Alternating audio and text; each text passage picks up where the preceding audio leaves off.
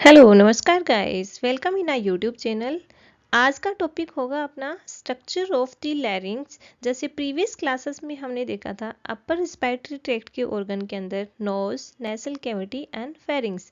Then आज हम देखते हैं यहाँ पर स्ट्रक्चर ऑफ द लैरिंग्स, कौन कौन सी कार्टिलेज से फॉर्म्ड होती है, ब्लड सप्लाई किसके थ्रू हो रहा है, वीनस रिटर्न किसके थ्रू हो रहा है, एंड इसके साथ साथ में हम देखेंगे vocal cords.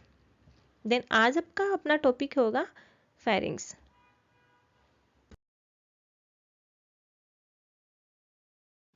Pharynx upper respiratory tract का लास्ट ऑर्गन है, उसके बाद में लोअर रेस्पिरेटरी ट्रैक्ट स्टार्ट हो जाएगा। और लोअर रेस्पिरेटरी ट्रैक्ट के अंदर जो फर्स्ट ऑर्गन आता है वो है ट्रेकिया। तो जो ये लैरिंग्स है अपर रेस्पिरेटरी ट्रैक्ट के ऑर्गन जैसे फेरिंग्स है, फेरिंग्स का भी जो पार्ट है लैरिंजो फेरिंग्स वहां से कंटिन्यू करता हुआ जो ट्रेकिया है वहां तक आ रहा है। इस वाले स्ट्रक्चर को अपने बोलते हैं लैरिंग्स। और लैरिंग्स यहाँ पर कार्टिलेज से फॉर्म होता है। इसकी लोकेशन होती है या फिर लाइज होता है C1 C3 टू C6 के बीच में होता है इसकी लोकेशन। लेकिन ये मेल और फीमेल के अंदर डिफरेंट रहता है। तो आज का अपना टॉपिक होगा लैरिंग्स। जैसे हमने प्रीवियस क्लास में देखा था जो रेस्पिरेटरी ट्रैक्ट है उसको हमने दो पार्ट में डिवाइड किया गया है, upper respiratory tract and lower respiratory tract. Upper respiratory tract के अंदर नेजल कैविटी, फेरिंग्स, लैरिंग्स आता है। देन आता है लोअर रेस्पिरेटरी ट्रैक्ट जिसमें trachea, bronchi, then secondary bronchi, tertiary bronchi, bronchioles and alveoli. तो अपर रेस्पिरेटरी ट्रैक्ट है, इसमें हमने नेजल कैविटी पहले पढ़ चुके हैं रेस्पिरेटरी सिस्टम की, और इसके साथ साथ में फेरिंग्स हम पढ़ चुके हैं।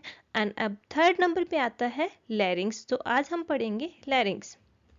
लैरिंग्स कार्टिलेज से फॉर्म होती है और एक होलो ट्यूब लाइक स्ट्रक्चर होती है इन दी मिडिल नेक। नेक का जो मिडिल एरिया है इसके अंदर एक ट्यूब लाइक स्ट्रक्चर होती है जो कार्टिलेज से फॉर्म होती है। अब ये जो ट्यूब लाइक स्ट्रक्चर है आगे ये कंटिन्यू कर रही है ट्रेकिया को, और इसके पीछे की साइड में जो स्ट्रक्चर है वो है इसोफेगस। इसोफेगस को कंटिन्यू जा रही है। तो लैरिंग्स है, ये क्या है, larynx is a hollow tube in the middle of the neck just above the trachea, जिसको अपने बोलते हैं windpipe. And the oesophagus posteriorly है ये इसोफेगस, एंड एंटीरियरली किसको कनेक्ट कर रहा है ये, जिसको अपन बोलते हैं विंड पाइप। विंड पाइप यानी ट्रेकिया को। It make it possible to make sound which is why it is also called voice box. ये जो लैरिंग्स है जो साउंड की प्रोडक्शन में भी हेल्प करती है, या इसलिए हम इसको बोलते हैं voice box. It also let air passes from pharynx, जिसको अपने बोलते हैं throat, to the trachea and on to the lungs. इसका काम क्या होता है, जो एयर आती है जिसको हम इनहेल करते हैं या फिर हम बोल सकते हैं एंट्रिंग एयर है, फेरिंग्स के थ्रू लैरिंग्स में जाएगी और वहां से वो ट्रेकिया की साइड में आगे एक पैसेज वे को फॉर्म करेगी। The larynx is the upper extended part of the lower respiratory tract. Lower respiratory tract का last part है वो भी upper extended part है, which is modified for producing voice, जो एक साउंड की प्रोडक्शन में हेल्प करता है, इसलिए हल्का सा मॉडिफाई है।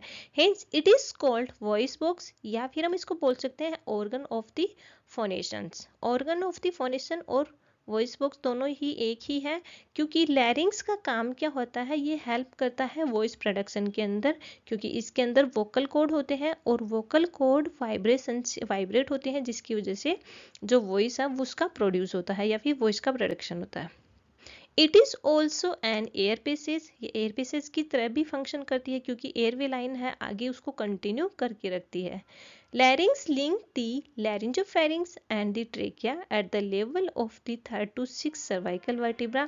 जो लैरिंग्स है ये अपर साइड के अंदर जो लैरिंजोफेरिंग्स के साथ में कनेक्ट करेगा, जो फेरिंग्स का लास्ट पार्ट होता है, और लोअर पार्ट के अंदर ये ट्रेकिया को फॉर्म कर रहा है। लेकिन जो ये वर्टिब्रा केनाल है या फिर वर्टिब्रा कॉलम है, इसके अंदर इसका लोकेशन होता है 3 to 6 vertebra in male, and female के अंदर होता है cervical vertebra C1 to C4 vertebra होता है। अब इसकी लेंथ कितनी होती है, मेल के अंदर 44 mm लेंथ होती है इसकी, एंड फीमेल के अंदर 36 mm लेंथ होती है। अब हम देखते हैं पार्ट्स ऑफ द लैरिंग्स। लैरिंग्स के 3 पार्ट्स होते हैं। फर्स्ट वन आता है सुप्रा ग्लोटिस, सेकेंड वन आता है ग्लोटिस एंड थर्ड वन आता है सब ग्लोटिस। सुप्राग्लोटिस अपर पार्ट होता है, then glottis middle one part होता है एंड लास्ट वन पार्ट आता है सब ग्लोटिस। तो लैरिंग्स के 3 पार्ट होते हैं, सुप्राग्लोटिस, ग्लोटिस एंड सब ग्लोटिस। लैरिंग्स की स्ट्रक्चर कार्टिलेज से फॉर्म होती है और ये जो कार्टिलेज है ये रूफ ऑफ द टंग से लेके जो ट्रेकिया की जो हायोइड बोन है वहां तक कंटिन्यू एक्सटेंड करते हैं और ये कम्प्लीटली एक स्ट्रक्चर को फॉर्म करते हैं लैरिंग्स को। लेकिन इसकी लोकेशन होगी 3 सर्वाइकल वर्टिब्रा के अंदर, सर्वाइकल वर्टिब्रा 3rd से लेके 6 सर्वाइकल वर्टिब्रा तक कंटिन्यू एक्सटेंड रहती है। लेकिन फीमेल के अंदर ये C1 to C3 होता है, इवन C4 तक भी होता है। देन हम देखते हैं structure associated with the larynx. लैरिंग्स के नियर बाई कौन कौन सी स्ट्रक्चर है, जैसे फर्स्ट वन आता है superiorly the hyoid bone, hyoid bone होती है superiorly. Inferiorly, inferiorly lower part के अंदर, जो लोअर पार्ट के अंदर कनेक्ट कर रहा है वो है ट्रेकिया। एंटीरियरली आगे की साइड में ये अटैच रहती है हायोइड मसल्स के साथ, हायोइड के साथ में, और नेक मसल्स है उसके साथ में रहेगी। हायोइड बोन है उसके साथ में कनेक्ट रहता है एंटीरियरली, और इसके साथ साथ में जो नेक मसल्स है उसके साथ में कनेक्ट रहता है। पोस्टीरियरली लैरिंजोफेरिंग्स है जो C3 से C6 सर्वाइकल वर्टिब्रा तक कंटिन्यू कर रहा है, और लेटरल एस्पेक्ट के अंदर ये the lobe of the thyroid gland के साथ में कंटिन्यू रहते हैं। तो ये है structure associated with the larynx. Larynx के नियर बाई कौन कौन सी स्ट्रक्चर है, जैसे सुपीरियर पार्ट के अंदर हायोइड बोन है, इन्फीरियर पार्ट के अंदर ट्रेकिया है, एंटीरियर एस्पेक्ट के अंदर hyoid bone and neck muscles होती हैं, पोस्टीरियर के अंदर लैरिंजोफेरिंग्स होती है, और लेटरल एस्पेक्ट के अंदर थायराइड ग्लैंड है। जैसे प्रीवियसली हमने डिस्कशन किया था कि लैरिंग्स कार्टिलेज से फॉर्म होती है। अब हम देखेंगे कि कार्टिलेज कौन कौन सी कार्टिलेज है, कितनी कार्टिलेज से फॉर्म्ड होती है, और वो कार्टिलेज है कैसे एक दूसरे को कनेक्ट करती हैं, कैसे ये स्ट्रक्चर फॉर्म कर रही हैं लैरिंग्स को। तो लैरिंजियल कार्टिलेज है वो 2 टाइप की होती हैं, unpaired cartilage and paired cartilage. Unpaired cartilage मतलब वो सिंगल होती हैं, पेयर में नहीं होती हैं, और पेयर्ड कार्टिलेज का मतलब वो डबल होती है, एक साथ में, एक नहीं है वहां पे 2 कार्टिलेज हैं।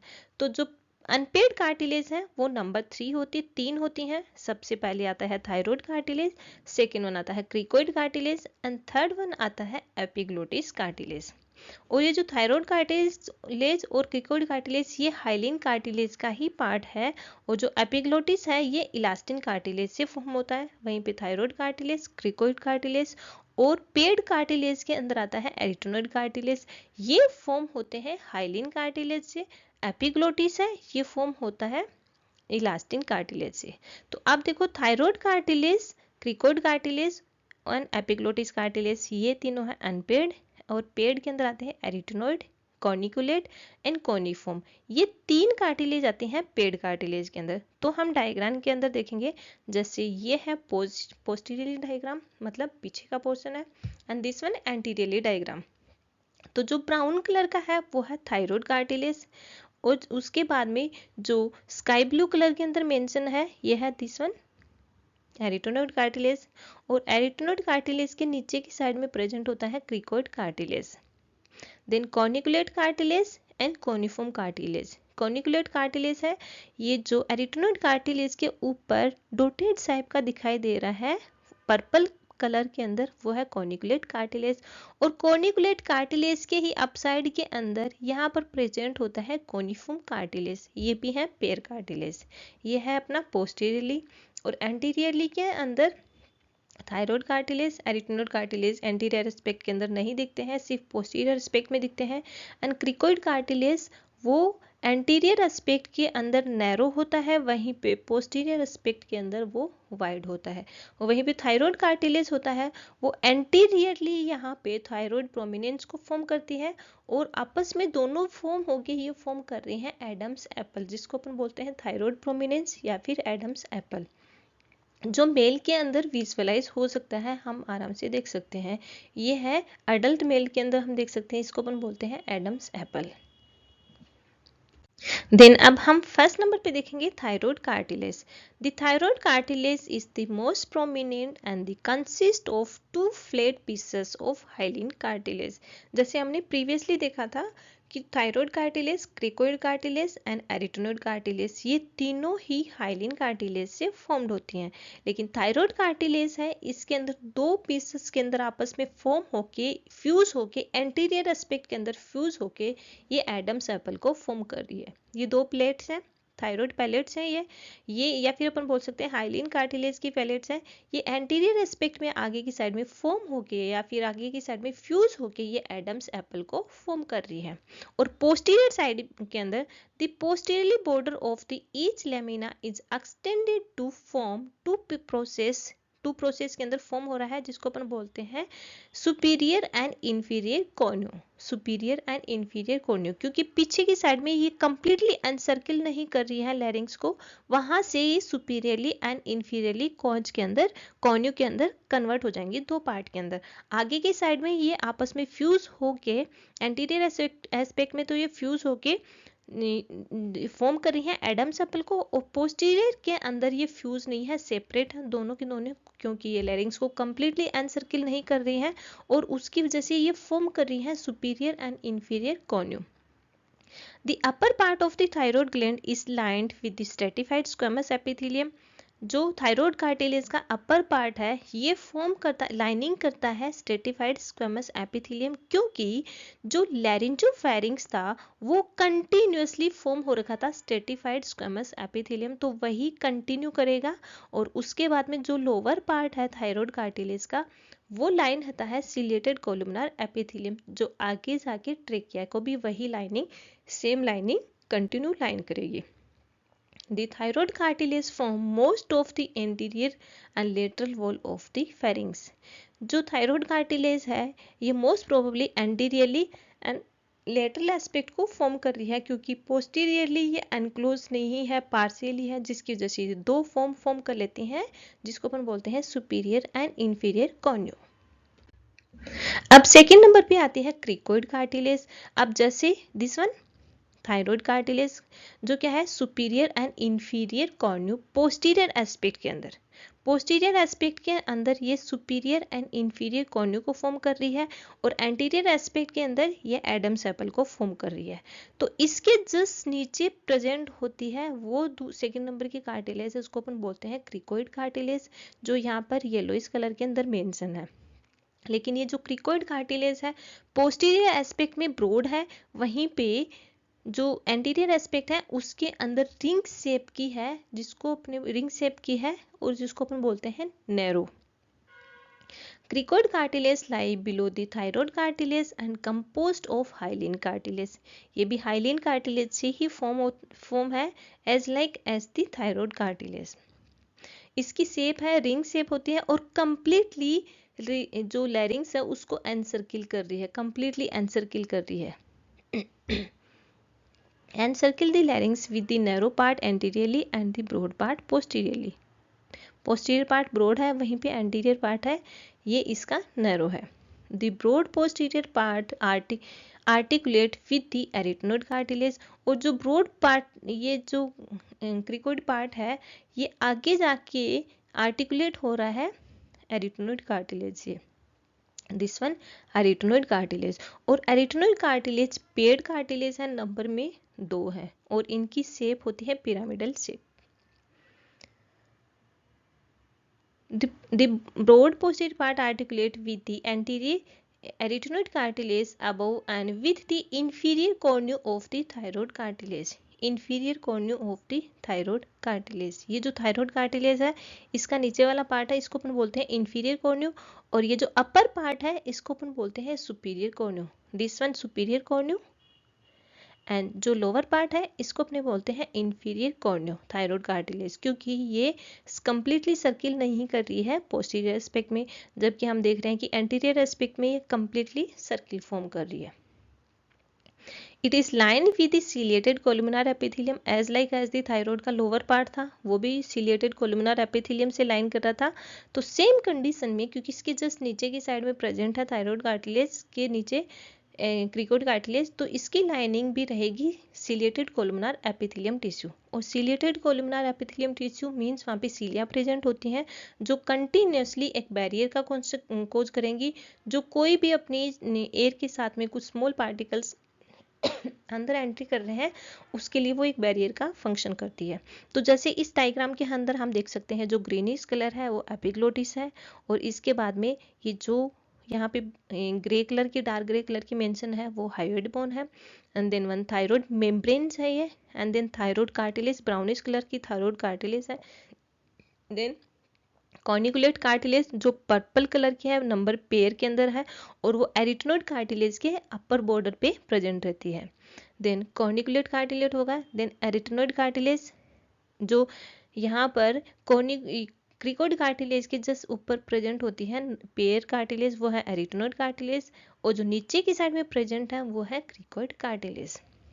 The lower board of the lower border of the cricoid cartilage mark the end of the upper respiratory tract।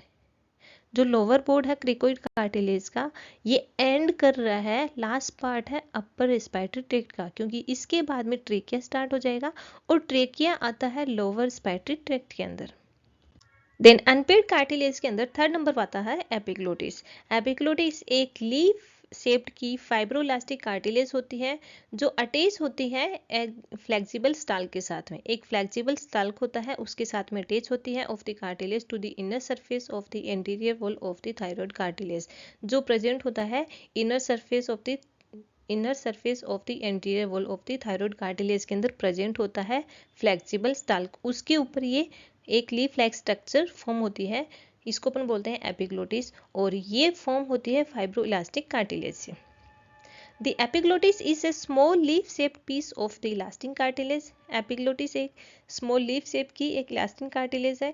इसका काम होता है that protect the larynx, larynx को प्रोटेक्ट करती है, वॉइस जिसको अपन बोलते हैं वॉइस बॉक्स से, and help with the swallowing, और अपने स्वेलोइंग के अंदर हेल्प करती है। मीन्स जब भी अगर हम एयर को इनहेल कर रहे हैं तो ये इसोफेगस को प्लग कर देगा या फिर बंद कर देगा, क्लोज कर देगा, और जो ही हम स्वेलो कर रहे हैं तो उस टाइम पर ये एयरवे लाइन को क्लोज कर देगा, जिसकी वजह से जो फूड पार्टिकल्स हैं वो एयरवे लाइन में जाने से बच सके। The epiglottis is a small leaf-shaped piece of the elastic cartilage that protect of the larynx and help with the swallowing. It made up of the elastic cartilage, which is also known as the yellow cartilage. ये elastic cartilage से form होती है, इसको हम yellow cartilage भी बोल सकते हैं। It rises obliquely upward behind the tongue and the body of the hyoid bone. Behind the tongue and the body of the hyoid tongue के अंदर ये ऑब्लिकली अपवर्ड ये डायरेक्टली राइज कर रही है। Epiglottis covered with the stratified squamous epithelium, और ये जो एपिग्लोटिस है ये लाइन करती है स्ट्रेटिफाइड स्क्वेमस एपिथेलियम, क्योंकि जो फेरिंग्स का पार्ट है नेसोफेरिंग्स एंड ओरोफेरिंग्स एंड लेरिंजोफेरिंग्स, ये दोनों ही स्ट्रेटिफाइड स्क्वेमस एपिथेलियम से फॉर्म होता है। तो उसके लिए ये कंटिन्यूसली उसी की लाइनिंग को कंटिन्यू कर रहा है, और वह है स्ट्रेटिफाइड स्क्वेमस एपिथेलियम टिश्यू। अभी स्वेलोइंग में कैसे हेल्प करता है? During swallow the epiglottis cover the larynx. जो ही हम स्वेलो करते हैं यानी जो भी हम खाना है उसको निगल रहे हैं, तो उस टाइम पर ये एपिग्लोटिस है लैरिंग्स को कवर कर देगा, preventing food and liquid from entering the respiratory tract, जिससे जो भी हम खाना ले रहे हैं या फिर लिक्विड ले रहे हैं उसको रेस्पिरेटरी ट्रैक्ट में जाने से प्रिवेंट करता है। Instead it direct food and liquid to the oesophagus, जिसकी वजह से जो खाना और जो लिक्विड हम ले रहे हैं उसको डायरेक्टली इसोफेगस की साइड में फॉरवर्ड कर देता है। देन नेक्स्ट वन आता है protecting the larynx. The epiglottis protect the लैरिंग्स from food and liquid. Epiglottis है लैरिंग्स को प्रोटेक्ट करता है फूड एंड लिक्विड से, क्योंकि अगर फूड एंड लिक्विड से डायरेक्टली लैरिंग्स के अंदर चले जाएंगे तो लैरिंग्स को भी डैमेज कर सकते हैं, इवन वोकल कॉर्ड को भी डैमेज कर सकते हैं, तो उसकी वजह से ये प्रोटेक्शन का भी फंक्शन कर रहा है। देन नेक्स्ट हम देखते हैं पेयर्ड कार्टिलेज के अंदर आता है एरिटनोइड कार्टिलेज, और ये जो एरिटनोइड कार्टिलेज है ये प्रेजेंट रहता है this one the cricoid cartilage, और क्रिकोइड कार्टिलेज के अपर ब्रोड यानी जो ब्रोड पार्ट पोस्टीरियर एस्पेक्ट के अंदर अपर पार्ट है उस पे प्रेजेंट रहती है arytenoid cartilage. The arytenoid cartilage are one paired roughly pyramidal shape hyaline cartilage situated on top of the posterior board of the cricoid cartilage। ये जो एरिटनोइड cartilage है ये एक तो ये हाइलिन कार्टिलेज का पार्ट होता है, सेकेंडरी ये जो क्रिकोइड कार्टिलेज है उसके अपर बॉर्डर पार्ट में या फिर अपर ब्रॉड पार्ट है, पोस्टीरियर एस्पेक्ट के अंदर ब्रॉड पार्ट है उस पे प्रेजेंट रहता है अपर बॉर्डर पे। Arytenoid cartilage forming posterior wall of the larynx, और ये लैरिंग्स का पोस्टीरियर पार्ट है उसको फॉर्म कर रहा है। The arytenoid cartilage are pair of the pyramidal cartilage in the larynx that help produce sound, जो sound के प्रोडक्शन में हेल्प करता है क्योंकि वोकल कॉर्ड के साथ में कनेक्ट रहता है। They are located in the back of the larynx and attached to the vocal cord। ये back of the larynx यानी larynx के posterior जो पार्ट है उसको फॉर्म करती है और यहाँ पर ये वोकल कॉर्ड के साथ में अटैच रहती है। They give attachment to the vocal cord and to muscles, ये मसल्स और वोकल कॉर्ड है उसको कंटिन्यू अटैच करके रखती है। They are lined with the ciliated columnar epithelium, ciliated columnar epithelium से ये लाइन होती है जो आगे जाके कंटिन्यूअसली ट्रेकिया के अंदर भी वही लाइनिंग रहेगी। तो ये है एरिटेनोइड कार्टिलेज। सेकेंड पेयर्ड कार्टिलेज आती है कॉर्निकुलेट कार्टिलेज। कॉर्निकुलेट कार्टिलेज जो एरिटेनोइड कार्टिलेज है उसके जस्ट ऊपर की साइड में प्रेजेंट रहती है। जो एरिटेनोइड कार्टिलेज है मतलब जो लैरिंग्स के पोस्टीरियर एस्पेक्ट के अंदर क्रिकोइड कार्टिलेज है उसके जस्ट ऊपर प्रेजेंट रहती है एरिटेनोइड कार्टिलेज, और एरिटेनोइड कार्टिलेज के जस्ट अपर बॉर्डर पे प्रेजेंट रहती है वो होता है corniculate cartilage. Corniculate cartilage are small paired cartilage structure located at the apex of the each arytenoid cartilage. जो एरिटेनोइड कार्टिलेज है इसका अपेक्स पार्ट के अंदर प्रेजेंट रहेगी दोनों साइड के ऊपर। Cone shaped and has a yellowish colour, इनका कलर होता है येलो कलर और ये कॉन शेप्ड होती हैं। It is composed of elastin cartilage, ये as like as the epiglottis elastin cartilage से फॉर्म होती हैं and is covered by the mucous membrane, और म्यूकस मेम्ब्रेन के साथ में ये कंटिन्यू कवर रहती हैं। It serves an attachment point for the aryepiglottic muscles, यानी एरी एपिग्लोटिक मसल्स का मतलब जो एरिटोइड मसल्स हैं और जो एपिग्लोटिस है आपस में कंटिन्यू रहती हैं उसको अपन बोलते हैं एरी एपिग्लोटिक मसल्स हैं, उसके साथ में ये कंटिन्यूअसली अटैच रहते हैं।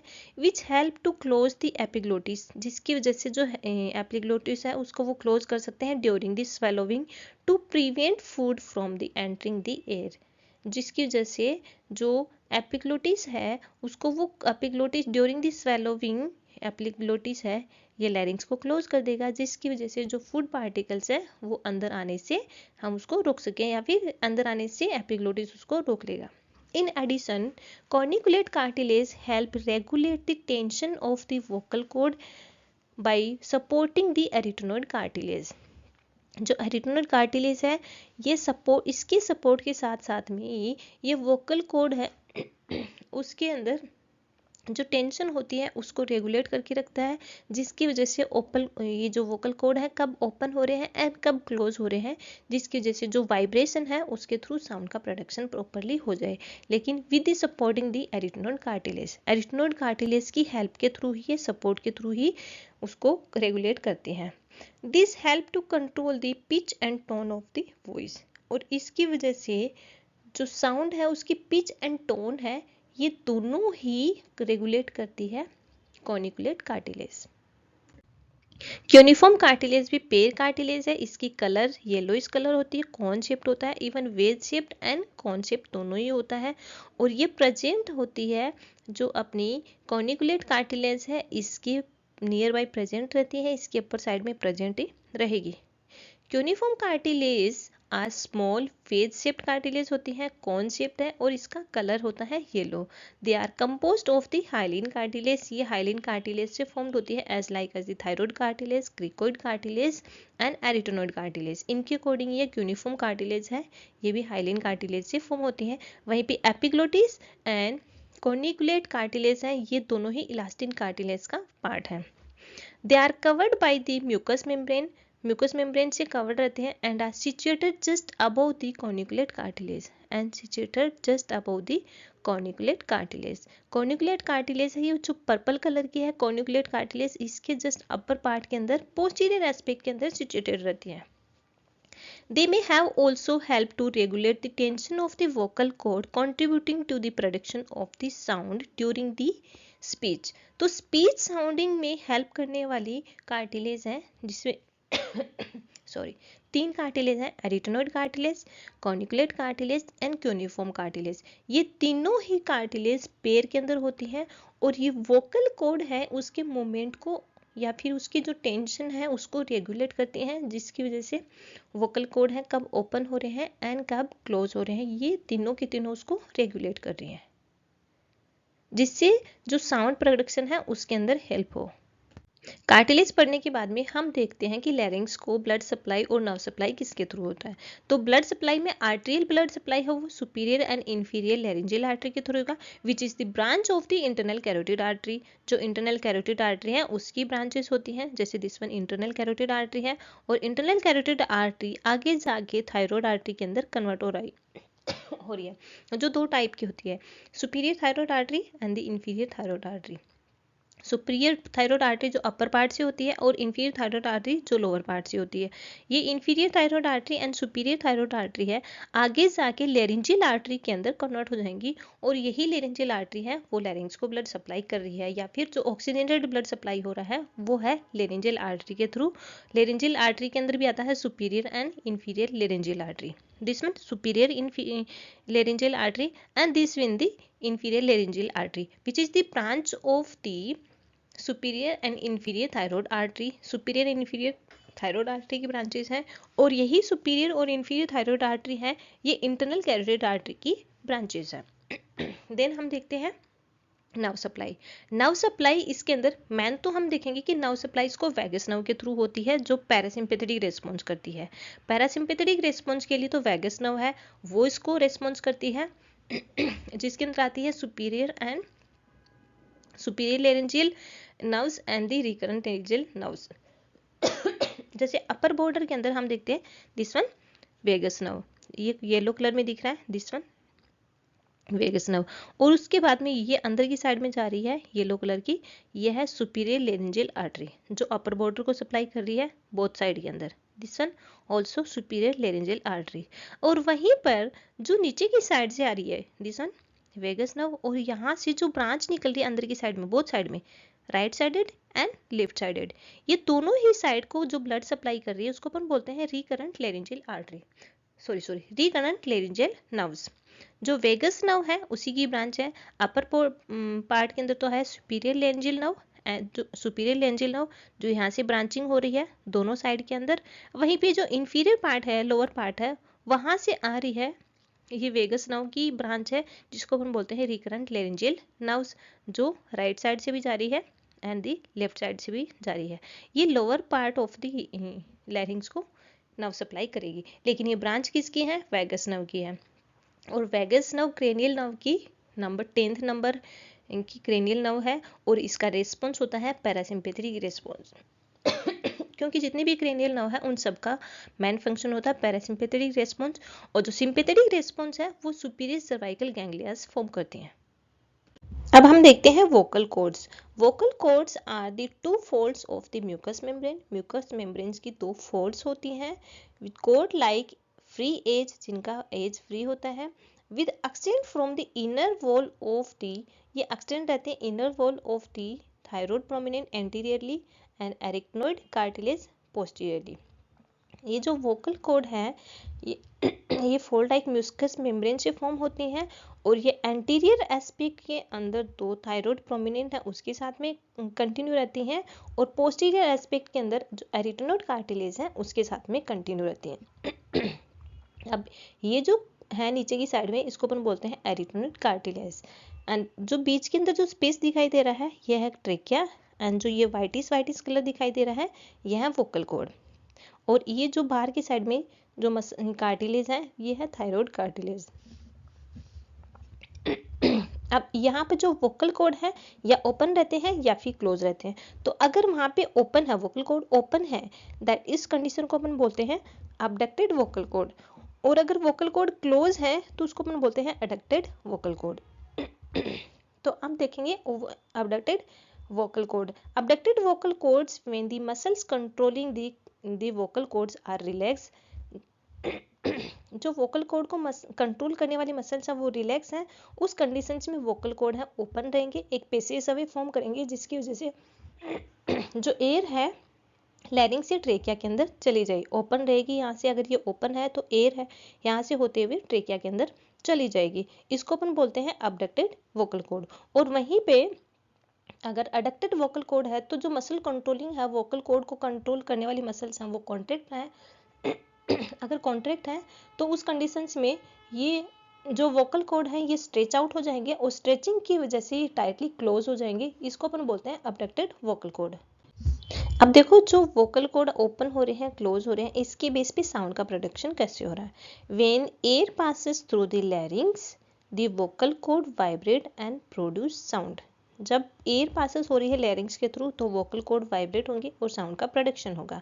The pitch and volume of the sound are controlled by the tension of the vocal cord and amount of the air passing through them.